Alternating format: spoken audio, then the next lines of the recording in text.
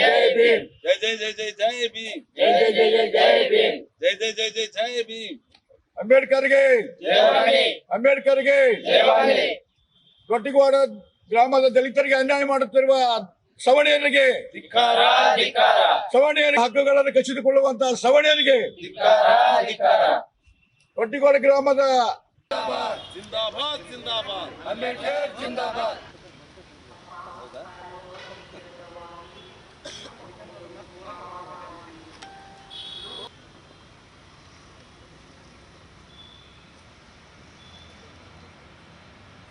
ಜಿಲ್ಲಾ ಕುಂದಗೋಳ ತಾಲೂಕು ರೊಟ್ಟಿಗೋಡ ಎಂಬ ಗ್ರಾಮದಲ್ಲಿ ದಲಿತರ ಮೇಲೆ ಸವರ್ಣೀಯರು ಸತತವಾಗಿ ಅಸ್ಪೃಶ್ಯತೆಯನ್ನು ಆಚರಣೆ ಮಾಡುತ್ತಾ ಬಂದಿದ್ದಾರೆ. ಇನ್ನುವರೆಗೂ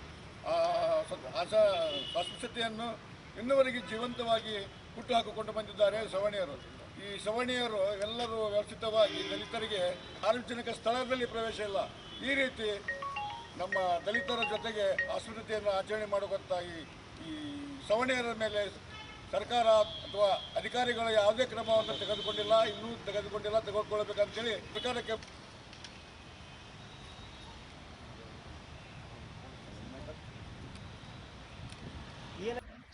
ಯಾವುದೇ ಪಬ್ಲಿಕ್ ಪ್ಲೇಸ್ಗಳಾಗಲಿ, ಕಟಿಂಗ್ ಶಾಪ್ ಅಥವಾ ದೇವಸ್ಥಾನಗಳಲ್ಲಿ, ಹೋಟೆಲ್ಗಳಲ್ಲಿ ನಮಗೆ ಯಾವುದೇ ತರಹದ ಸಮಾನತೆ ಇನ್ನೂ ಕಂಡು ಬಂದಿಲ್ಲ. ಹೌದು, ಯಾವುದನ್ನು ನಮಗೆ ಇವತ್ತಿವರೆಗೂ ನಾವು ಏನ್ ಹೇಳ್ತಾರ? ಕಟಿಂಗ್ ಅಂಗಡಿಗೆ ಹೋದ್ರೆ ಏನ್ ಹೇಳ್ತಾರ? ಕಟಿಂಗ್ ಅಂಗಡಿ ಒಳಗೆ ಒಂದು ದಿನ ಬಂದಾಗ ನೋಡಂತವ್ರಪ್ಪ. ಅಲ್ಲ, ಒಳಗೆ ಬಿಟ್ಕೋತಾರ? ಇಲ್ಲ ಇಲ್ಲ ಸರ್, ಒಳಗೆ ಬಿಟ್ಕೊಳ್ಳೋದು. ಕಟಿಂಗ್ ಮಾಡಲ್ಲ? ಇಲ್ಲ, ಮಾಡೋದಿಲ್ಲ ಸರ್. ಮಾಡ್ತೇವೆ ಅಂದ್ರೆ ರೇಟ್ ಜಾಸ್ತಿ ಹೇಳ್ತಾರೆ ಸರ್. ಎಷ್ಟು? 1000 ರಿಂದ 500 ಹೇಳ್ತಾರೆ ಸರ್. ಮತ್ತೆ ನೀವು ಕಟಿಂಗ್ ಎಲ್ಲಿ ಮಾಡಿಸ್ಕೊಂತೀರಿ ಈಗ? ನಾವು ಬೇರೆ ಹಳ್ಳಿಗಳಿಗೆ ಹೋಗಿ ಮಾಡಿಸ್ಬೇಕು. ಹ್ಮ್ ಇಲ್ಲ, ನಾವು 3 ದಿನ ಕೆಲಸ ಬಿಡಬೇಕು, ಬೇರೆ ಊರಿಗೆ ಹೋಗಿ ಕಟಿಂಗ್ ಮಾಡ್ಕೊಂಡು ಬರಬೇಕು. ದೇವಸ್ಥಾನಗಳಲ್ಲಿ ಹಬ್ಬವಣಿ ಇದನ್ನ ಹೋದ್ರೆ ಮೈಲಿ ಆಗ್ತದೆ ದೇವಸ್ಥಾನ ಅಂತ ಹೇಳಿ ಅಲ್ಲಿ ಬರಬೇಡ್ರಿ, ನೀವು ನಮ್ಗೆ ತೊಂದರೆಗಳಾಗ್ತವೆ, ನಮ್ಗೆ ಏನಾದ್ರು ಅನಾಹುತ ಆಗ್ತವೆ, ನೀವು ಬಂದ್ರೆ ನೀವು ಎಲ್ಲೇ ನಿಮ್ಮ ಪೂರ್ವಜಕರು ಎಲ್ಲೇ ನೋಡೋಕೆ ಬಂದಾರ ಅಂತಾರೆ ಸರ್. ಈಗ ಹಿಂದೆ ಯಾರ ಕೇಳಿರ ನೀವು ಊರಾಗ? ಈಗ ಸಡನ್ಲಿ ಬಂದಿರಲ್ಲ, ಹಿಂದ ಯಾರಿಗಾರ ಮನವಿ ಕೊಟ್ಟಿದ್ದು ಈ ತರ ಏನಾರ ಮಾಡಿರ? ಬಂದು ಹೋಗ್ಯಾರಿ ಸರ್. ಆಲ್ರೆಡಿ ಪೊಲೀಸರು ಬಂದು ಹೋಗ್ಯಾರ. ಅವ್ರು ಬಂದು ಹೋಗಿ 1 ವಾರದ ನಂತರ ಮತ್ತು ಅದೇ ಕೆಲಸನ ಮಾಡ್ತಾ ಇದ್ದಾರೆ. ಆ ಪದ್ಧತಿ ಒಳಗೆ ನಡೆಸ್ತಾರೆ. ಡಿ ಸಿ ಅವ್ರಿಗೆ ಹೇಳಿದ್ರೇನ? ಡಿಸಿ ಹೋಗ್ಯಾರ ಸರ್. ಹೋಗಿಲ್ಲ, ಭೇಟಿಯಾಗಿಲ್ಲ. ಅಲ್ಲೇ 15 ತೆಗೆದು ಸ್ವಲ್ಪ ಜೀವನೋಪಚಾರಕ್ಕೆ ಅಂತ ಕಲಿತಾರಂತಾರ, ಸಹಿ ಮಾಡಲಿಕ್ಕೆ ಅಲ್ಲಿ ಆ ರೀತಿ ತುಂಬಾ ಇದ್ದೇವೆ ಸರ್. ಟೋಟಲ್ 400 ರಿಂದ 500 ಜನ ಇದ್ದೀವಿ. ಇದೇ ಪದ್ಧತಿ ಒಳಗೆ ಬದುಕ್ತಾ ಇದ್ದೀವಿ. ಯಾವುದೇ ಗ್ರಾಮ ಪಂಚಾಯತಿ ಆಗಲಿ, ಅಂಗನವಾಡಿ ಆಗಲಿ, ಶಾಲಾ ಕಾಲೇಜುಗಳಲ್ಲಿ ಆಗಲಿ, ಲೇಡೀಸ್ ಸೀಟ್ ಇರಲಿ, ಎಸ್.ಸಿ, ಯಾವುದೇ ಇತರೆ ಸೀಟ್ ಇದ್ರೂ ಬೇರೆ ಸೀಟ್ ಹಾಕ್ಸ್ಕೊಂಡು ಬಂದ ಸರ್. ಬೇರೆ ಜಾತಿ, ಎಸ್.ಸಿ ಜಾತಿ ಇಲ್ಲ. ಈ ಶಾಲೆ ಕಾಲೇಜೊಳಗೆ ನಿಮ್ಮ ಅಲ್ಲಿ ಹೋಗೋದು ಆ ರೀತಿ ಏನಿಲ್ಲ ಸರ್. ಆ ರೀತಿ ಏನಿಲ್ಲ. ನಮಗ ಕೆಲಸಗಳು ಸರ್ ಅಲ್ಲಿ ಹೊಲ ಇಲ್ಲ, ಮನಿ ಇಲ್ಲ, ಯಾವತ್ತೂ ದುಡ್ಕೊಂಡ್ ತಿನ್ನೋದು. ನಮ್ಗೆ ಸಪ್ರೇಟ್ ಅಂಗನವಾಡಿ ಬರ್ಬೇಕಾಗಿತ್ತು. 3 ಅಂಗನವಾಡಿ ಇದ್ರು, ಒಂದು ಎಸ್.ಸಿ ಅಂಗನವಾಡಿ ಇದ್ರು ಅವರೇ ತಗೊಂಡಿದ್ರು. ಸ್ವಲ್ಪ ಹೊಸ ಕೆಲಸ ಮಾಡಿದ್ರು, ನೀರು ಉಗ್ಗೋದಾಗ್ಲಿ, ಅವ್ರ ಮಕ್ಕಳಿಗೆ ಇಲ್ಲ ಮನಿ ಕಳಿಸೋದಾಗ್ಲಿ, ಈ ರೀತಿ ವ್ಯವಸ್ಥೆ ಮಾಡ್ತಾ ಇದ್ರು ಅಂಗನವಾಡಿ ಒಳಗೆ. ಇಲ್ಲ ಸರ್, ಇದೇ ಊರು ಸರ್. ಎಲ್ಲ ಜಾತಿ ಒಂದು ಸರ, ಎಸ್.ಸಿ ಒಂದು ಜಾತಿ. ಹಂಗೇನಾದ್ರು ಸಮಸ್ಯೆ ಆದ್ರೆ ನಾವು ಧಾರವಾಡ ಜಿಲ್ಲಾ ಕುಂದಗೋಳ ತಾಲೂಕು ರೊಟ್ಟಿಗೋಡ ಎಂಬ ಗ್ರಾಮದಲ್ಲಿ ಜೀವಂತವಾಗಿ ಅಸ್ಪೃಶ್ಯತೆಯನ್ನು ಆಚರಣೆ ಮಾಡುತ್ತಾ ಬಂದಿರುವಂಥ ಸವರ್ಣೀಯರು ಇಂದಿಗೂ ಆಚರಣೆ ಮಾಡುತ್ತಿದ್ದಾರೆ. ಸುಮಾರು 40 ಕುಟುಂಬಗಳುಳ್ಳ ಛಲವಾದಿ ಜನಾಂಗ ಅಲ್ಲಿ ವಾಸ ಮಾಡುತ್ತಿದ್ದಾರೆ. ಅವರಿಗೆ ಯಾವುದೇ ರೀತಿಯಿಂದ ಊರಲ್ಲಿ ಸಾರ್ವಜನಿಕ ಪ್ರವೇಶವಿಲ್ಲ, ಹೋಟೆಲ್ನಲ್ಲಿ ಪ್ರವೇಶವಿಲ್ಲ, ಮತ್ತು ಕಟಿಂಗ್ ಮಾಡೋದಿಲ್ಲ. ಆಮೇಲೆ ದೇವಸ್ಥಾನದಲ್ಲಂತೂ ಮೊದಲೇ ಪ್ರವೇಶಗಳಿಲ್ಲ. ಸರ್ಕಾರಿ ಸವಲತ್ತುಗಳನ್ನು ಕೊಟ್ಟಿಲ್ಲ.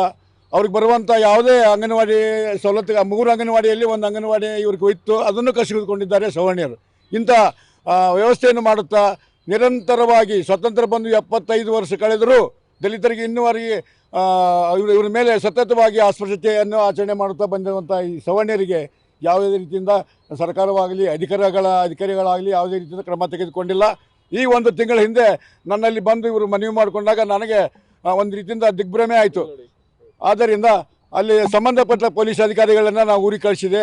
ಊರಿಗೆ ಹೋಗಿ ಅವರು ಎನ್ಕ್ವೈರಿ ಮಾಡಿದ್ರು. ಆದರೆ ಎಲ್ಲ ಶಾಂತ ಐತ್ರಿ ಸರ, ಏನಿಲ್ಲ ಅಂದ್ರೆ ಅಲ್ಲಿ ಇರುವಂಥ ಸವರ್ಣೀಯರ ಯಾರೇ ಅಧಿಕಾರಿಗಳು ಬಂದರೆ ಅವ್ರು ಕೂಡ ಶಾಮೀಲಾಗಿ ದಲಿತರನ್ನು ಪ್ರತ್ಯೇಕ ಇಡುವಂಥ ವ್ಯವಸ್ಥೆಯನ್ನು ಇನ್ನುವರೆಗೆ ಮಾಡ್ತಿದ್ದಾರೆ. ಬಂಧುಗಳೇ, ಸರ್ಕಾರ ಇದರ ಮೇಲೆ ಕ್ರಮ ತೆಗೆದುಕೊಳ್ಳಬೇಕು. ಈ ಅಸ್ಪೃಶ್ಯತೆಯನ್ನು ಆಚರಣೆ ಮಾಡುವಂಥ ಈ ಸವರ್ಣೀಯರಂದರೆ ಈ ಹೋಟೆಲ್ ಮಾಲೀಕರ, ಚಾದ ಅಂಗಡಿಯವರ, ದೇವಸ್ಥಾನದ ಪೂಜಾರಿಗಳನ್ನು, ಅಲ್ಲಿ 4-5 ಜನ ಪುಡಾರಿಗಳನ್ನು ಕೂಡಲೇ ಬಂಧನ ಮಾಡಬೇಕು, ಅವ್ರ ಮೇಲೆ ಕ್ರಮ ತಗೊಳ್ಬೇಕಂತೇಳಿ ಸರ್ಕಾರಕ್ಕೆ ಮನವಿ ಮಾಡಿಕೊಳ್ತಿದ್ದೇನೆ. ಇಷ್ಟು ದಿನ ನಮಗೆ ಯಾವುದೇ ರೀತಿಯಿಂದ ಮಾಹಿತಿ ಇರಲಿಲ್ಲ. ಆ ಹುಡುಗರಿಗೆ ಅವರು ಮೂಕನಾಯಕನಾಗಿ ಬದುಕುತ್ತಿದ್ದಾರೆ ಬಂಧುಗಳೇ. ಇವತ್ತು ಒಟ್ಟು ಅಲ್ಪ ಸ್ವಲ್ಪ ಕಲಿತಂಥ ಹುಡುಗರು ನನಗೆ 1 ತಿಂಗಳ 2 ತಿಂಗಳಿಂದ ಬಂದು ಮನವಿ ಮಾಡಿಕೊಂಡ್ರು. ಸರ್, ನಮ್ಮ ಊರಲ್ಲಿ ಹಿಂಗಿದೆ, ನಮ್ಗೆ ಯಾವ ರೀತಿ ಸ್ವತಂತ್ರ ಇಲ್ಲ, ಯಾವ ಸರ್ಕಾರಿ ಸವಲತ್ತುಗಳಿಲ್ಲ, ನಮ್ಮ ಜೊತೆ ನಮ್ಗೆ ಯಾರು ಮುಟ್ಟಂಗಿಲ್ಲ, ನಮ್ಗೆ ಪ್ರತ್ಯೇಕವಾಗಿಟ್ಟಾರ ಅಂತ ಅನ್ನೋದಾಗ ನಾವು ಈ ರೀತಿಯಿಂದ ಸಂಬಂಧಪಟ್ಟ ಅಧಿಕಾರಿಗೆ ಹೇಳಿದ್ರು. ಯಾವ ಅಧಿಕಾರಿಗಳು ಕ್ರಮ ತೊಗೊಂಡಿಲ್ಲ, ಇನ್ನುವರೆಗೂ ತೊಗೊಂಡಿಲ್ಲ. ಆದ್ದರಿಂದ ಒಂದು ಜಿಲ್ಲಾಧಿಕಾರಿಗೆ ಮನವಿ ಕೊಟ್ಟಿಲ್ಲ, ತಾಲೂಕಾಧಿಕಾರಿ, ಪೊಲೀಸ್ ಇನ್ಸ್ಪೆಕ್ಟರ್ಗೆ ಹೇಳಿದ್ವಿ. ಪೊಲೀಸ್ ಇನ್ಸ್ಪೆಕ್ಟರ್ 2 ಸಲ ಹೋಗಿ ಬಂದ, ಮತ್ತು ಅವರಂತೆ ಸವಣಿಯರಂತೆ ಅವನು ಬಡಿದ್ರು, ಅವರು ಬಡಿದ್ರು. ಆದ್ದರಿಂದ ಇವತ್ತು ಸರ್ಕಾರಕ್ಕೆ ಸಂವಿಧಾನಬದ್ಧವಾಗಿ ಸಿಗಬೇಕಂತ ಮೂಲಭೂತ ಹಕ್ಕುಗಳನ್ನು, ಮೂಲಭೂತ ಸವಲತ್ತುಗಳನ್ನು ನಮ್ಮ ದಲಿತರಿಗೆ ಸಿಗಬೇಕು. ಅವ್ರಿಗೆ ಬದುಕಲಿಕ್ಕೆ ಅವಕಾಶ ಮಾಡಿಕೊಡ್ಬೇಕು. ಸರ್ಕಾರದ ಭೂಮಿಯನ್ನು 1-2 ಎಕರೆ ಅವರಿಗೆ ಬದುಕಲಿಕ್ಕೆ ಅವಕಾಶ ಮಾಡಿಕೊಟ್ಟು ಅವರಿಗೆ ನ್ಯಾಯ ಕೊಡಬೇಕಂತೇಳಿ ಸರ್ಕಾರಕ್ಕೆ ಒತ್ತಾಯ ಮಾಡ್ತಿದ್ದೆ.